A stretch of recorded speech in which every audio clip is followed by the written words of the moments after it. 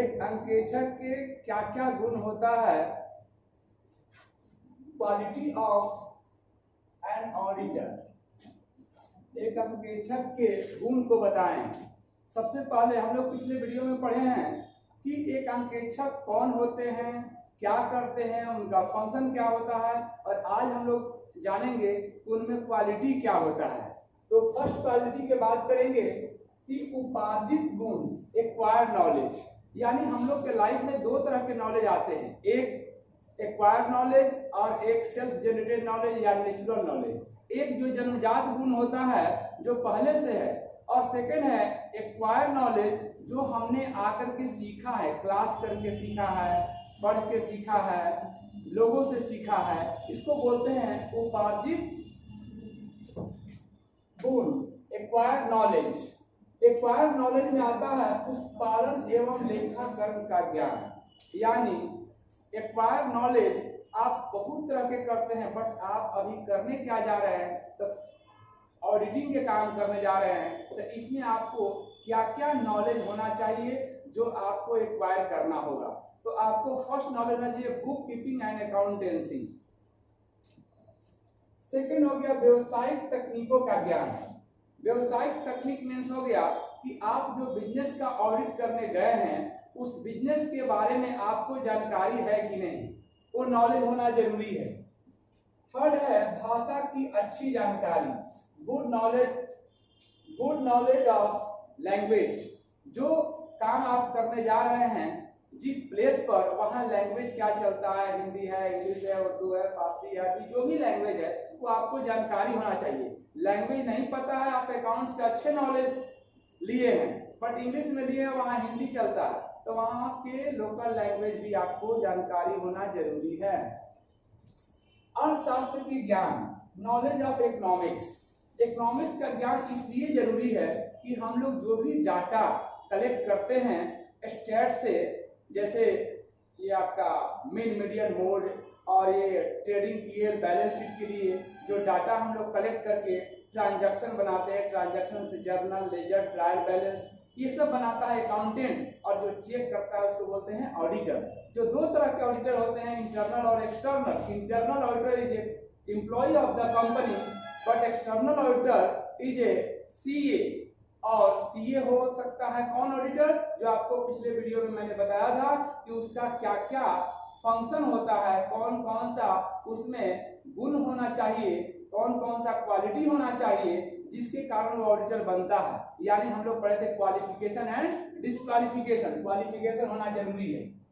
Knowledge of business organisation, जो business का आप ऑडिट करने जा रहे हैं उसके बारे में आपको नॉलेज होना जरूरी है। वो बिजनेस का नेचर क्या है, किस टाइप का बिजनेस है,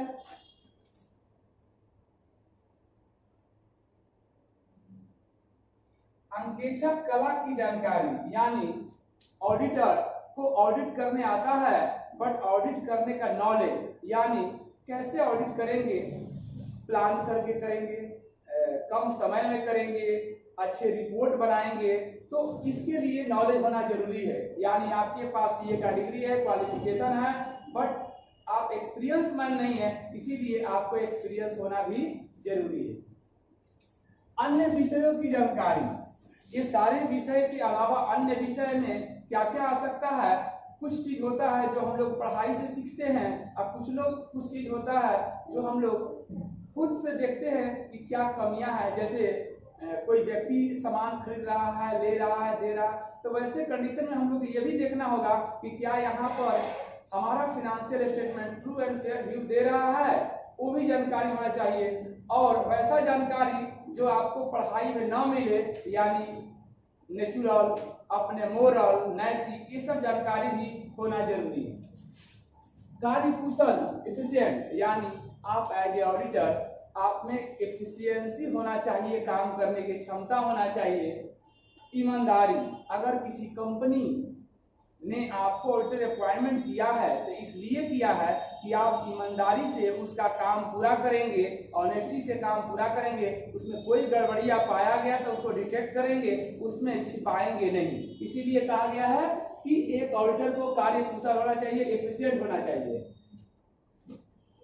चलिए, एफिशिएंट हो गया, कार्यकुशल, ईमानदार हो गया, सत्य बोलना, यानी ऑडिटर को झूठ नहीं बोलना होगा, जो भी काम किया है उसी के बारे में बताना होगा, सही जानकारी देना होगा।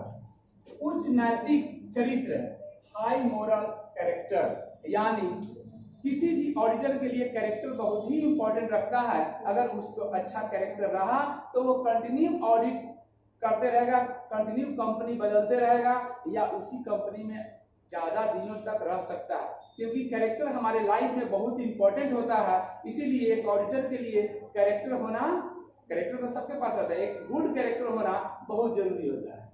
गणित की ओर रुचि, इंटरेस्ट इन अर्थमेटिक्स, आपको अकाउंट्स आता है, इकोनॉमिक्स आता है, सब कुछ आता है, बस उसको मैथ नहीं आता है, तो आप जर्नल करेंगे, लेजर करेंगे, ट्रायल बैलेंस करेंगे, जोड़ घटाव नहीं करेंगे, बैलेंसिंग नहीं निकाल पाएंगे। तो हम लोग इसलिए कहते हैं कि एक ऑडिटर के पास अर्थमेटिक नॉलेज होना जरूरी है, मैथमेटिक्स का नॉलेज होना जरूरी है। चतुर, टैक्टफुली, ये चतुर क्यों होना जरूरी है? इसलिए जरूरी है कि जब हम ऑडिट का काम करने जाते हैं तो वहां पे अकाउंटेंट से पूछते हैं सारा third party confirmation, voucher, debtor, creditors का कंफर्मेशन। तो कभी कभी क्या होता है ना, वो बुक्स ऑफ अकाउंट्स में लिखा रहता है दूसरे चीज और एक्चुअल में होता है दूसरे फिगर। तो वैसे कंडीशन में हम लोग उस पर शक करते हैं, और शक करना जरूरी है।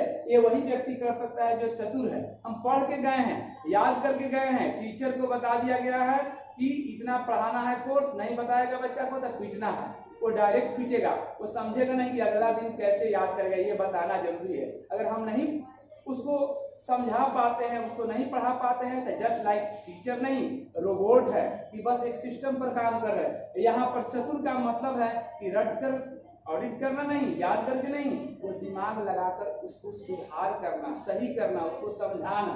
तो टैक्टफुली होना बहुत जरूरी है ऑडिटर को, नहीं तो वहां पर अकाउंटेंट ऐसा काम करेगा, ऐसा गड़बड़ी करेगा कि कंपनी डिस्टर्ब हो जाएगी।